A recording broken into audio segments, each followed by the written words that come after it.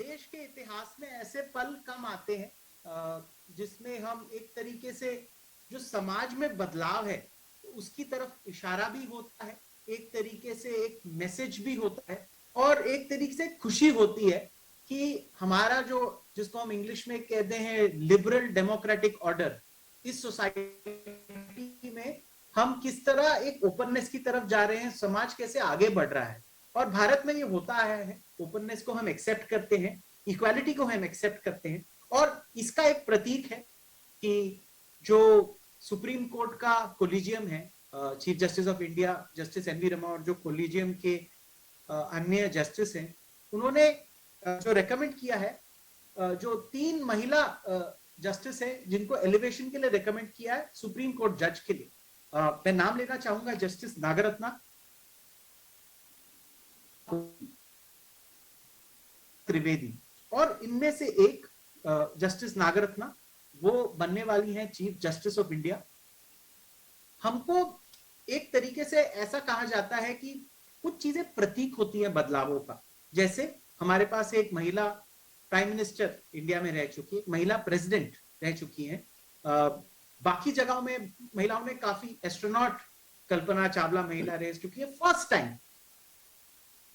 तरीके से कि 75 साल के ऊपर हो गए, हमारे पास एक महिला चीफ जस्टिस ऑफ इंडिया होंगी, पूरे दुनिया में इसकी चर्चा होगी। ये कोई छोटी बात नहीं है कि ठीक है हो गया, इसमें एक तरीके से ये यूके में भी डिस्कस किया जाएगा, अमेरिका में भी डिस्कस किया जाएगा, क्योंकि एक बार जो चीज हो गई वो फिर होगी। और एक तरीके से इससे क्या क्या एक तरीके से हमारे समाज में बदलाव आएंगे, ये हम आज चर्चा करेंगे। और मेरे साथ इसके डिस्कस करने के लिए एक बहुत ही एमिनेंट पैनल है। हमारे साथ आज मौजूद हैं justice Arjun Kumar Sikri sir, supreme court के जज कार्यरत रह चुके हैं। सर आपका स्वागत है। मेरे साथ मौजूद है सीनियर अधिवक्ता Pinky Anand, ma'am additional solicitor of general India रह चुकी हैं, इस पद पर कार्यरत थी। हमारे साथ सीनियर एडवोकेट प्रिया हिंगोरानी आज मौजूद हैं। हमारे साथ मौजूद है निहारिका कारंजावाला, जो इंडिया की एक सबसे एक तरीके से टॉप के जो लॉ फर्म्स हैं उसके साथ जुड़ी हुई है। हमारे साथ आलिया वजीरी जो एक वकील है वो मौजूद है, ये यूएन वुमेन के साथ कंसल्टेंट है, यूनाइटेड नेशंस वुमेन जिसको हम कहते हैं। और चलिए प्रोग्राम की शुरुआत की जाए, पर सबसे पहले मैं जाना चाहूंगा जस्टिस अर्जुन कुमार सीकरी के पास। सर, जब सबसे पहले आपके पास ये खबर आई और आपने ये देखा कि 3 महिलाओं को सुप्रीम कोर्ट में जज बनाने की रिकमेंडेशन आ गई एक ही साथ, जो इसके पहले शायद कभी नहीं हुआ, एटलीस्ट मुझे तो नहीं पता, तो आपके मन में क्या विचार है? तरुण जी, जो आपने स्वयं बोला कि एक हिस्टोरिकल मोमेंट है, ऐतिहासिक जो स्टेप लिया गया है, सुप्रीम कोर्ट ने लिया है, वो सचमुच इस बात से खुशी होती है कि 9 जजेस जो उन्होंने रिकमेंड किए हैं सुप्रीम कोर्ट के लिए, उसमें से 3 महिलाएं हैं। आप देखिए, पिछले 71 साल से ऊपर हो गए हमारा संविधान बने, तो आज तक सिर्फ 8 वुमेन जजेस हुई हैं, 8 जजेस महिला जजेस हुई हैं, और इसमें से सिर्फ 2 जजेस कोलिजियम तक पहुंच पाई हैं, जैसे रूमापाल और जस्टिस भानुमति, और चीफ जस्टिस अब तक कोई नहीं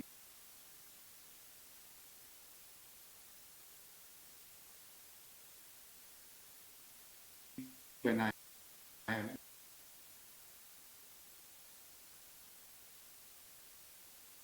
विमेन जजेस में से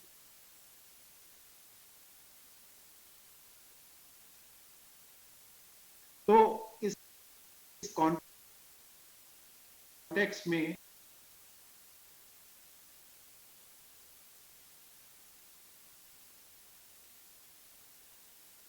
एक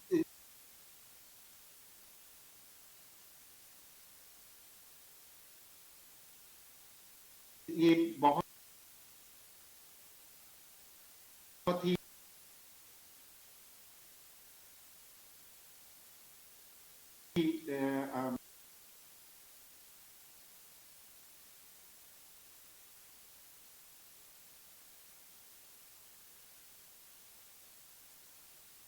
मैं कहूंगा कि वेलकम मूव है, पहली बात। दूसरी बात कि क्यों हम इस चीज को वेलकम कर रहे हैं, मेरे हिसाब से एक जो सुप्रीम कोर्ट का कंपोजिशन है, जो सुप्रीम कोर्ट के जजेस हैं, उसमें एक डाइवर्सिटी, जिसमें कहते हैं कि रिप्रेजेंटेशन होना चाहिए हर तरह के ग्रुप्स का, जिसमें महिलाएं एक अहम वो रोल निभाती हैं, तो वो अपने आप में ही एक जरूरी चीज है। वो इंक्लूसिविटी जिसको हम बोलते हैं, उसके लिए भी महिलाओं का होना जरूरी है। तो पहली बात तो है कि ये डाइवर्सिटी को आई मीन की तरफ जाते हैं, जो एक अच्छी मूव है। दूसरी बात मैं इसके अलावा कहूंगा कि एक महिला का और महिलाओं का जुडिशियल सिस्टम के लिए, और जो एक जुडिशियल सिस्टम का हमारा एक न्यायपालिकाओं का, और खासकर जब ये सुप्रीम कोर्ट की बात आती है, जो उच्चतम न्यायालय है, जब हम जस्टिस की और न्याय देने की बात करते हैं, तो उसमें जो महिलाओं की खूबियां, एक एट्रीब्यूट्स और ये क्वालिटीज होती हैं, वो न्याय के लिए ही बहुत जरूरी है। हम कहते हैं justice प्रेग्नेटेड with mercy, justice should be dealt with, or the issues particularly जो सोशल इश्यूज हैं, मार्जिनलाइज सेक्शंस के इश्यूज हैं, एंड जैसे वो इवन वुमेन्स राइट्स हैं, वो सेंसिटिविटी होनी चाहिए उसमें, अप्रोच में हमारी। तो ये सब चीजें हैं, और एक सिक्स सेंस होनी चाहिए। ये सब चीजें तो देखिए आधार हैं एक महिला का, और एक एट्रीब्यूट है महिला के। मैं तो कहता हूं कि जो मनुष्य भी, आई मीन मनुष्य मैं कह रहा हूं, जो मेल भी जो जजेस हैं, उनमें ये क्वालिटी होनी चाहिए। इसलिए मैं कहता हूं कि फेमिनिन क्वालिटी उसमें होनी चाहिए एक जज में। तो इसलिए एक जस्टिस सिस्टम के लिए भी जरूरी है महिलाओं का होना, और एक डाइवर्सिटी के लिए भी जरूरी है महिलाओं का। तो इसलिए मैं कहूंगा कि बहुत ही ये जो मूव हुआ है और ये डिसीजन लिया गया है, ये बहुत ही अच्छा है। ओके ओके, सो एक तरीके से जस्टिस सीकरी प्रशंसा करते हुए जो कॉलेजियम है, जिसमें justice chief justice of India हमारे जस्टिस एन वी रमन्ना, और जो कॉलेजियम है उसका समर्थन क्या तारीफ जो उन्होंने की इस बारे में, कि एक तरीके से आगे हम बढ़ रहे हैं। सीनियर एडवोकेट पिंकी आनंद की तरफ हम जाते हैं। मैम, हार्वर्ड लॉ स्कूल से आपने पढ़ाई की, एक तरीके से आप जब ये करके आई तो अभिमान की बात रही होगी, नॉट ओनली फैमिली बट पूरे कम्युनिटी के लिए, कि आपने एक तरीके से भारत में बदलाव देखा उस जमाने से। और पहली जब फातिमा बीवी, जस्टिस फातिमा बीवी जब जज बनी पहली सुप्रीम, वो आपने समय देखा। इनिशियली डेफिनेटली लड़ाई की होगी, बिकॉज सिस्टम बड़ा ऑर्थोडॉक्स था। 91 में लिबरलाइजेशन हुआ भारत में, और लिबरलाइजेशन के साथ जो औरतों की भूमिका है वो बढ़ी। सबसे पहले हमको देखने मिला कॉर्पोरेट्स में औरतों ने एक तरीके से अपना लोहा दिखाया, एस्ट्रोनॉट कल्पना चावला। उसके बाद में हमारे देश में एक परंपरा रही है कि पॉलिटिक्स में हमारे पास एक प्राइम मिनिस्टर थी, वो लेडी थी, ये बहुत बड़ी बात। और अगर आप देखो तो सरोजिनी नायडू या अदर हमारे हिस्ट्री में भी हैं इंसिडेंट्स एक तरीके से। लेकिन अगर हम रिसेंट हिस्ट्री की बात करें तो एक महिला प्रधानमंत्री थी हमारे देश में। अब आपको क्या लगता है, जब ये एक तरीके से जो महिलाएं, 3 महिलाओं को सुप्रीम कोर्ट में एलिवेशन मिला, आपको क्या लगा ये खबर सुन के? अब बहुत खुशी हुई तनु, लेकिन सिर्फ उस कारण से नहीं जिससे आपने जिसको रेस किया। खुशी दो तरीके से हुई। देखिए, अब 70-71 सालों में इंडिपेंडेंस से लेके प्रजातंत्र में ऐसी जो रिप्रेजेंटेशन है वो किस प्रकार से बुरी थी।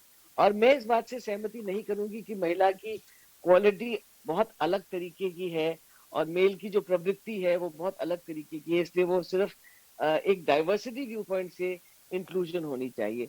इंक्लूजन इसलिए होनी चाहिए कि मेरिट है, क्रेडिबिलिटी है, आप 50% देश का है, पूरे विश्व का है, चाहे 50 है चाहे 48 है, व्हाटएवर द नंबर, दैट रफली मोर और लेस इक्वल है। प्रजातंत्र में हर एक इंसान को, हर एक नागरिक को यह हक है कि वो आगे आके अपने आप को प्रकट कर सके और अपनी जो कंट्रीब्यूशन है, जो अपनी सहमति है, देश को दे सके, ताकि देश आगे बढ़ सके और उसके साथ साथ विश्व के सारे लोग जो है। तो इसी प्रकार से इनफैक्ट आई मस्ट से, जैसे सीकरी की जजमेंट जो ऋचा श्रीवास्तव में थी वो मुझे आज तक याद है। इन्होंने अमर्त्य सेन का जो स्टेटमेंट यूज किया था, women as tools of change. तो इसलिए आप सिर्फ ये रुख देखे 70 साल में 8 महिलाएं सुप्रीम कोर्ट में अपॉइंटेड, और आज की तारीख में कोलिजियम ने 9 में से 3 इकट्ठे 3 महिलाओं को वो पक्ष दिया।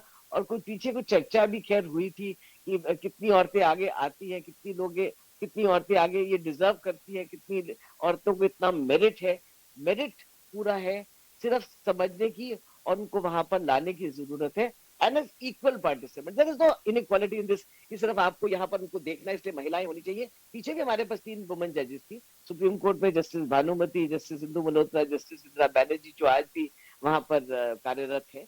तो इस प्रकार से उन्होंने क्या क्या जजमेंट दिए। जस्टिस भानुमति ने निर्भया केस में डेथ सेंटेंस जिस प्रकार से दिया, बहुत परेशान भी हुई, लेकिन एट द सेम टाइम पूरा डेथ सेंटेंस जिस प्रकार से उन्होंने अपहोल्ड किया ऐसे ग्रूसम केस में। इसलिए मेरा ये मानना है कि प्रजातंत्र में महिलाओं का जो योगदान है वो योगदान पूरा होना चाहिए। वो योगदान इस प्रकार से भी होना चाहिए कि जो हमारे प्रोफेशन में लोग आगे आ रहे हैं वो आगे लोगों को देखें और किस प्रकार से आप पूरे सिस्टम में एक चेंज कह लीजिए, एक कंट्रीब्यूशन कह लीजिए, आपको सशक्त होना है और वहीं पर रहना है। ओके ओके, आपका पॉइंट पे मैं चाहता हूँ अभी मैम प्रिया हिंगोरानी के पास। आपके तो घर में एक तरीके से एक बहुत ओह यस, सम्मानित परिवार। मुझे जब मैंने नया कार्यक्रम शुरू किया था उसके कुछ पहले मुझे पता चला था कि आपकी जो माताजी हैं उनकी एक तरीके से जो पोर्ट्रेट है वो सुप्रीम कोर्ट के लाइब्रेरी में है। कपिला हिंगोरानी जी जो है उन्होंने इंडिया की सबसे पहली पीआईएल किया था। तो आपके घर में एक तरीके से अगर मैं इसको कहूं कि महिला सशक्तिकरण की तो एक तरीके से मिसाल रही है और आपने ये पूरा बदलाव खुद के परिवार से देखा है। तो आप जब ये भी बदलाव देखती हैं कि first chief justice of India महिला होंगी और 3 महिलाओं का सुप्रीम कोर्ट में एक तरीके से रिकमेंडेशन गया है, क्या हम बदलाव की तरफ अब जोर से चल पड़े?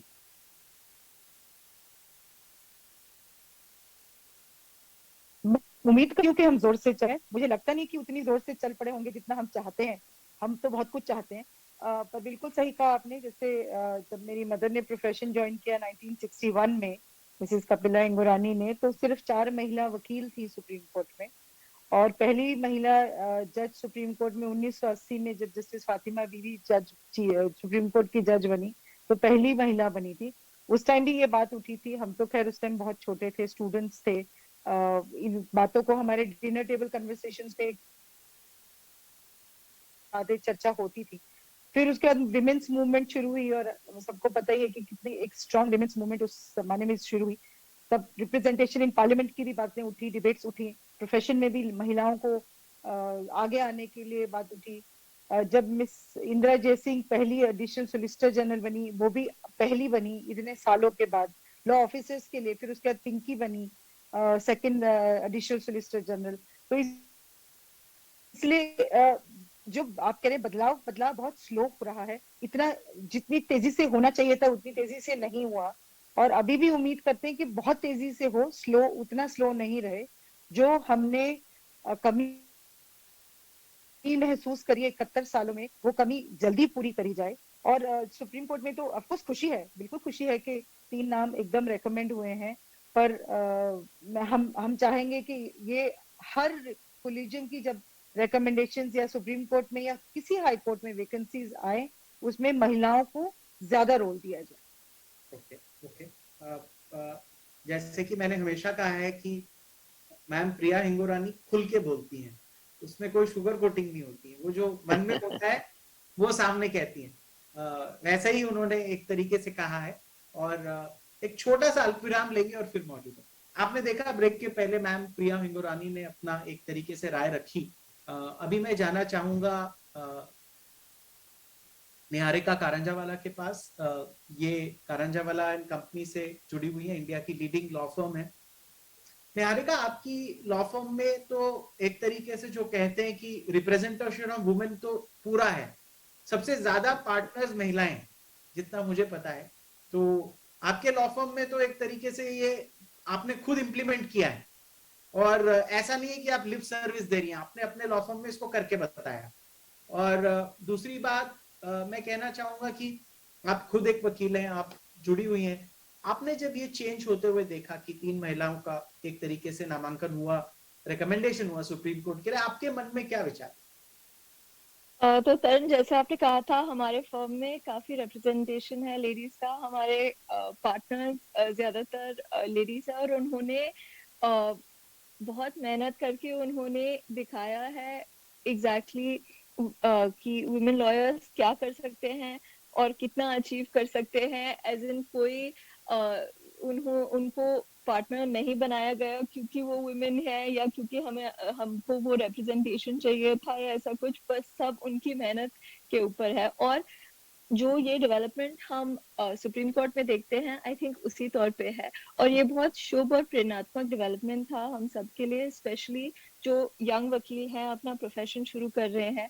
मैं फौजदारी वकालत प्रैक्टिस करती हूँ और उसमें ज्यादातर मेल लॉयर्स प्रैक्टिस करते हैं। शुरुआत में सोचा गया था कि ये वुमेन लॉयर्स के लिए ज्यादा सेफ प्रोफेशन नहीं है, पुलिस से मिलना होता है, कई बार अगर क्राइम सीन्स पे जाना होता है, डिस्ट्रिक्ट कोर्ट्स में जाना होता है। और मैं सोच रही हूँ कि ये इन सब डेवलपमेंट से लोगों को पता चलेगा कि लॉ वुमेन के लिए एक बहुत अच्छा प्रोफेशन है। एक प्रोफेशन है जहाँ आप कोई भी हो, कहाँ से भी हो, आपको अपॉर्चुनिटीज मिलेंगी। अगर आप मेहनत करोगे, आप बढ़ोगे और आपको वो सम्मान मिलेगा। तो इसी वजह से मैं बहुत खुश थी ये सुनने में। और आई थिंक ये महिलाएं के लिए नहीं, पर ये हमारे पूरे प्रोफेशन में खुशी की बात थी। Okay okay. मैं निहारिका के साथ अभी जाना चाहूंगा आलिया वजीरी के पास। ये कंसल्टेंट है यूनाइटेड नेशन वुमेन्स के साथ। तो आलिया, मैं मान लूं कि जो जेंडर इक्वालिटी रोल्स पे भी आप कुछ एक तरीके से काम करती होंगी। आप कॉलेज में पढ़ी, आप पैनल में सबसे यंगेस्ट हैं, लेकिन एक तरीके से मैं कहूँ कि जब आप पढ़ रही होंगी कॉलेज में, तब आपने ये पढ़ा होगा कि 75 साल हो गए पर कोई chief justice of India women नहीं थी। आपके मन में कुछ विचार जरूर आएंगे कि ये पद में महिलाओं की कोई एंट्री नहीं है या अलाउड नहीं है। हमने बनाया नहीं किसी को, तो हमने ये सोच लिया था कि नहीं बनाना है। अब लेकिन हो गया, और chief justice of India women है, जस्टिस नागरत्ना बनेंगी। और आपने ये देखा, जैसे आप वकील बनी, कुछ सालों से आप वकील है, आपने देखा कि ये हो गया। क्या मन में विचार आए जब आपने रिकमेंडेशंस पढ़ी? अरुण, बहुत आसान बात है। मैं काफी उत्तेजित हूँ और खुशकिस्मत हूँ कि मैंने इतिहास में एक ऐसा वक्त देखा जहां हमारे देश के उच्च न्यायालय की सबसे ऊंची गद्दी पे एक औरत बैठी थी। एंड जैसा अभी आपने कहा, बहुत कम वक्त गुजरा है जब से मैं एक युवा वकील हूँ और जब मैं एक लॉ स्टूडेंट थी। मेरे लिए मेरी आकांक्षा का अब एक रूप है, एक चेहरा है जिसमें एक औरत बैठती है। जो अब मेरी आकांक्षा, मेरी एस्पिरेशंस, मेरे ख्वाब अब नाजायज नहीं है। ऐसा कोई है जिन्होंने उसे वजूद में जो ये कर रहा है। और अगर हम सिर्फ नंबर्स की बात करें, इस वक्त जो इस देश में 1072 न्यायाधीश हैं, उनमें से सिर्फ 82 औरतें हैं। तो जैसे आप कह रहे थे जेंडर रिस्पॉन्सिव लॉज के बारे में, बात बस इतनी है कि हमने इस देश में बहुत कुछ किया है औरतों के लिए, और ये एक विकास की ऐसी किरण है जो हमें उस gender just, gender responsive society के और करीब लेके जा रही है। Okay okay. अच्छे से आपने एक तरीके से एक्सप्लेन किया, जेंडर जस्ट और जेंडर रिस्पॉन्सिव। मैं जस्टिस सीकरी के पास जाना चाहूंगा। सर, आपने तो एक तरीके से, आप तो कोलिजियम का हिस्सा थे, तो देश की सबसे सर्वोच्च डिसीजन मेकिंग बॉडी जुडिशरी की आप उसका पार्ट थे, डिस्कशंस का पार्ट थे। और हमारे देश के सुप्रीम कोर्ट को दुनिया के सबसे एक तरीके से पावरफुल सुप्रीम कोर्ट के एक तरीके से कहा जाता है कि सबसे पावरफुल सुप्रीम कोर्ट है, यदि जजेस अपनी पावर एक्सरसाइज करे तो। और अगर ऐसी बात है और ऐसे पद पे अब हमारे पास first time women chief justice आएगी, ये कितना बड़ा मैसेज है पूरे भारतीयों के लिए, पूरे भारतवर्ष के लिए, जुडिशरी की तरफ से? तरुण जी, इसमें कोई शक नहीं है कि बहुत बड़ा मैसेज है। ऐसा कि सब स्पीकर्स ने भी बोला कि इसका कहाँ कहाँ क्या क्या फायदा होने वाला और क्या क्या एक अच्छा मैसेज जाता है। जहाँ तक कोलिजन की बात है और आपने बोला, मैं एक बात साफ और स्पष्ट कहना चाहूंगा कि नॉर्मली ये कहा जाता था, और एक शुरू में कुछ साल पहले तक, कि हाँ महिलाओं का रिप्रेजेंटेशन होना चाहिए सुप्रीम कोर्ट में, इसमें कोई, ये हमेशा से कहा गया है, पर रिप्रेजेंटेशन क्या होना चाहिए, एक या दो भी महिलाएं हैं तो कब काफी है। वो इस ग्लास सीलिंग को तोड़ना जो है, ये एक जो ये वाला स्टेप है, एक बहुत महत्वपूर्ण हो जाता है कि ये नहीं है कि रिप्रेजेंटेशन का मतलब है कि आपने एक या दो बना लिए और काम खत्म हुई थे। रिप्रेजेंटेशन का, जैसे पिंकी जी ने भी बहुत ठीक कहा कि इक्वालिटी भी लिया जाए, जबकि इस कंट्री में भी 48-49% महिलाएं होंगी, पूरे वर्ल्ड के हिसाब से 50% महिलाएं हैं, तो जब आधी जनसंख्या उनकी है लगभग, तो ये कोई मतलब नहीं है कि एक या दो को बना दिया जाए। हाँ, मैं ये जरूर कहूंगा कि ये भी नहीं है कि मेरिट पे ना बनाया जाए। अपॉइंटमेंट्स जब सुप्रीम कोर्ट में होती है मेरिट पे ही होनी चाहिए, परंतु इसमें ये भी धारणा नहीं होनी चाहिए कि जहां तक महिलाएं हैं तो उनमें मेरिट नहीं है। मेरिट है, ये साबित हो चुका है, वो है, जो उनके कुछ गुण हैं वो बहुत जरूरी है न्याय के लिए। तो ये जो चेंज आ रहा है कोलिजियम में कि भाई हमें जितना अच्छे से अच्छा रिप्रेजेंटेशन दे सके महिलाओं को, ये एक बहुत वेलकम चेंज है। ये जो इस पर्टिकुलर उसमें कि 9 में से आप 3 अपॉइंट करते हैं, तो कम से कम जो इस 9 का तो 33% आपने कर ही दिया, और अगर ये ट्रेंड कंटिन्यू करता है, आगे भी चलता है, तो ये बहुत खुशी की बात। ओके, और मैं एक चीज मैं सिर्फ यहाँ पे कहूंगा कि भाई देखिए, इन 3 में से एक तो दिल्ली हाई कोर्ट से ही हैं, रखती हैं, जो हिमा कोहली जी हैं, तो अपने आप खुशी होती है, हम उस हाई कोर्ट से हैं। और जो जस्टिस नागा रत्नम है, उनको मैंने पढ़ाया भी हुआ है, मैं उनका शिक्षक रहा हूँ, और वो पहली चीफ जस्टिस बनेंगी, तो मुझे इस चीज की भी एक अलग दुगनी खुशी है। तो ये तो दुगनी खुशी की इसलिए बात है सर, आप दिल्ली हाई कोर्ट में चीफ जस्टिस के पद पे आप थे, और दिल्ली बार में से एक महिला उठ के फिर इस पद पर गई हैं। और दूसरा एक खुशी की बात की, एक शिक्षक की खुशी भी आपको है कि मैंने जिनको पढ़ाया, मेरी स्टूडेंट स्टार बन गई हैं पूरे देश और दुनिया के, एक तरीके से उस पर बहुत खुशी होती है, मुझे पता है टीचर्स को खासकर।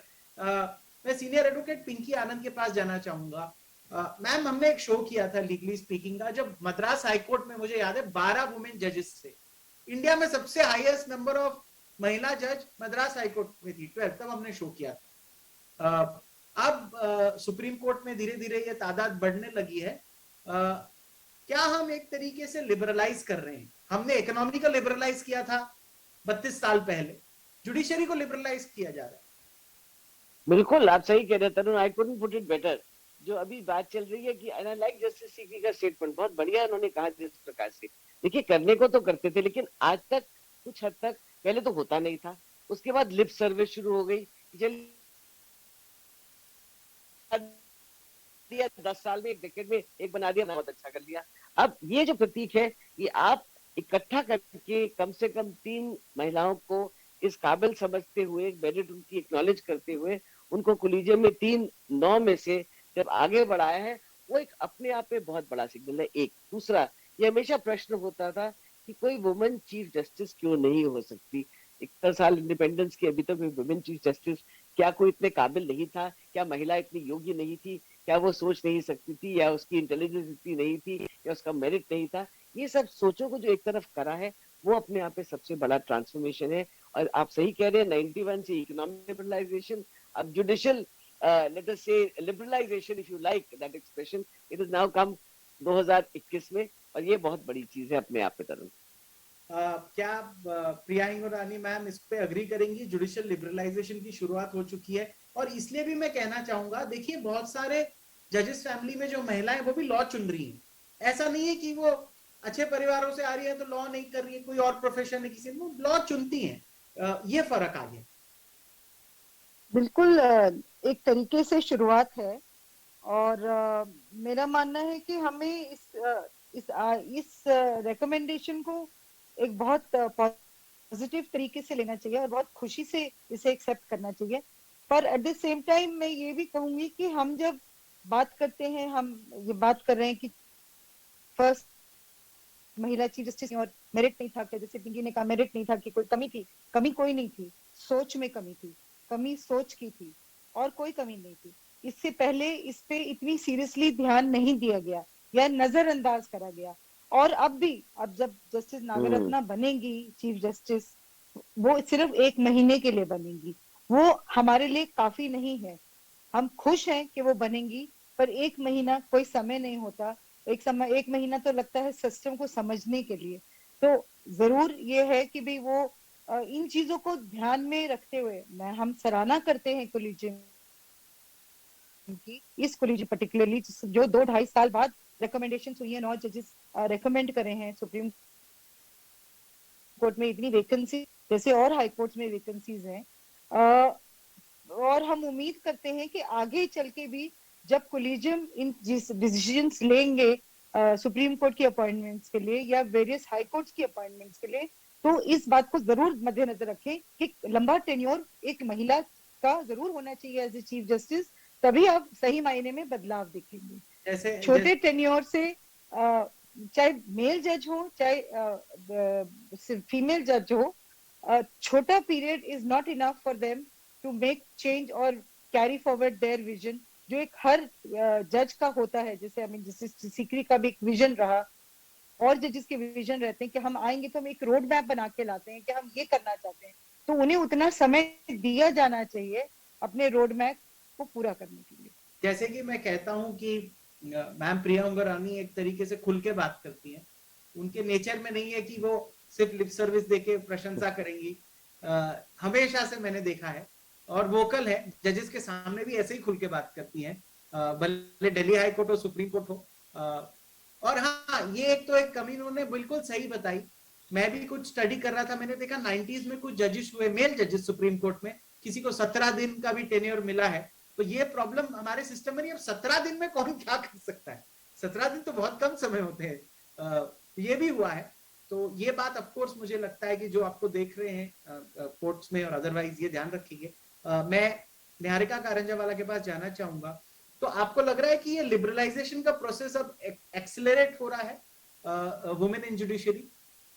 हाँ, तरुण सेंस ये एक्सेलरेट हो रहा है, और रादर देन लिबरलाइजेशन मैं सोचूंगी कि ये ज्यादातर इक्वालिटी का प्रोसेस है और ज्यादातर इक्वालिटी ला रहा है हमारे पास प्रोफेशन में। और हमारी उम्मीद यही होगी कि स्टेडीली ये इक्वालिटी और प्रोग्रेस जो है हमारे प्रोफेशन में चलता ही जाएगा।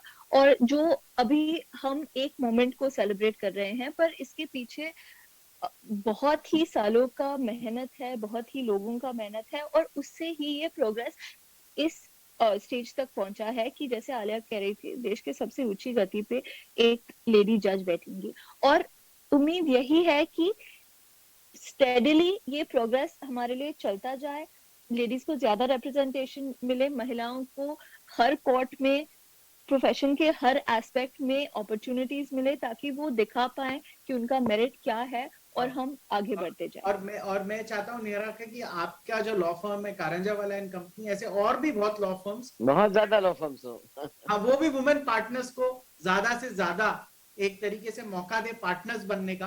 कुछ लॉ फर्म्स ऑफ कोर्स किया है, बट और बहुत सारे लॉ फर्म्स ने मेल डोमिनेटेड, ऐसा लगता तो है।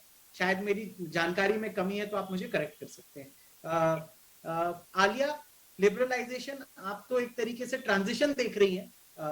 आप जो कॉलेज में थे और अभी एक ट्रांजिशन आपने देखा है, क्या आप कहना चाहेंगे इस बारे में? मैं बस इतना कहना चाहूंगी कि इस वक्त जो हमारे देश के कानून है वो प्रतिज्ञान और प्रगतिशाली कानून है औरतों के लिए। बट हैविंग सेड दैट, बात ये है कि जब से हम स्वतंत्र हुए हैं, हमें 8 दशक लग गए हैं यहाँ तक पहुंचने में। बात जो निहारिका ने कही बहुत सही है। हाँ, ये वक्त ऐसा है कि हम खुशकिस्मत हैं कि ये महसूस कर सकते हैं, देख सकते हैं, लेकिन हमें 81 साल जब जस्टिस नागरत्ना चीफ जस्टिस बनेंगी, जो 2027 में होगा, तब 81 साल हो गए होंगे हमें स्वतंत्र हुए कि अब हमारे उच्च न्यायालय में एक महिला चीफ जस्टिस होगी। तो बस दुख बस इतनी इसी बात का है कि ट्रांजिशन थोड़ा लेट है, क्योंकि हमारी जो बाकी कानून है वो बहुत प्रोग्रेसिव है, बहुत प्रगतिशाली है एंड या यही है। तो मैं चाहूंगा एक जो जस्टिस सीकरी पूरे जो शो की एक तरीके से जिसको हम कहते हैं ना समाप्ति करेंगे सब एक्सप्लेन करके। सर एज अ जज आप जो यंग लॉयर्स हैं उनको भी सुनते थे, जो यंग आते थे कोर्ट में आपके सामने पेश होने, तो आज सारे लॉयर्स ने आपके सामने बात की है 20s के, 30s के, 40s के, 50s के, 60s के। आप कैसे सम करेंगे इस एक तरीके से डिस्कशन को और इस एक ऐतिहासिक पल को? देखिए, जो आपने कहा, जो तो 50s के और 60s के हैं, यानी कि प्रिया जी और पिंकी जी, उनका तो अपने टाइम का सपना आज पूरा हुआ। जो देखना चाहते थे जब उन्होंने इस एंटर किया प्रोफेशन में, उस वक्त माहौल ही कुछ बिल्कुल फर्क था। और आज कितना बदलाव आया है, चाहे वो धीरे धीरे आया है, पर उनको इस बात की खुशी है कि आज वो ये दिन देख रही हैं। और जहां तक बात है निहारिका की और आलिया की, जो एक दो यंग लॉयर्स हैं, उनको अपना भविष्य नजर आ रहा है। उनको नजर आ रहा है कि महिलाओं का इस प्रोफेशन में, चाहे वो लीगल प्रोफेशन हो या वो जुडिशरी हो, तो उसमें कितना अच्छा भविष्य है। चाहे ये वही बात है कि धीमे धीमे हो रहा है, पर एक जो कहते हैं ना सिल्वर लाइनिंग नजर आ रही है, एक किरण नजर आ रही है उम्मीद की। तो वो चीज है जो इसका अगर मैं समअप करता हूं तो ये है। और सेकेंडली जो बात कहना चाहता हूं कि जो महिलाओं को जो रिप्रेजेंटेशन मिलना चाहिए, और वही मैं बात दोहराऊंगा जो बाकियों ने भी कहा है, ये इसलिए नहीं मिलना चाहिए कि वो महिलाएं ही हैं, पर इसलिए उनको मिलना चाहिए कि वो ये डिजर्व करती हैं और कई तरीकों से वो डिजर्व करती हैं। तो ये मैं कहना चाहूँ। Thank you so much sir, इसको शो को एक तरीके से अच्छे से समअप करने के लिए। मैं शुक्रिया अदा कहना चाहूंगा जस्टिस सीकरी सर का, उन्होंने हमको अपना समय दिया।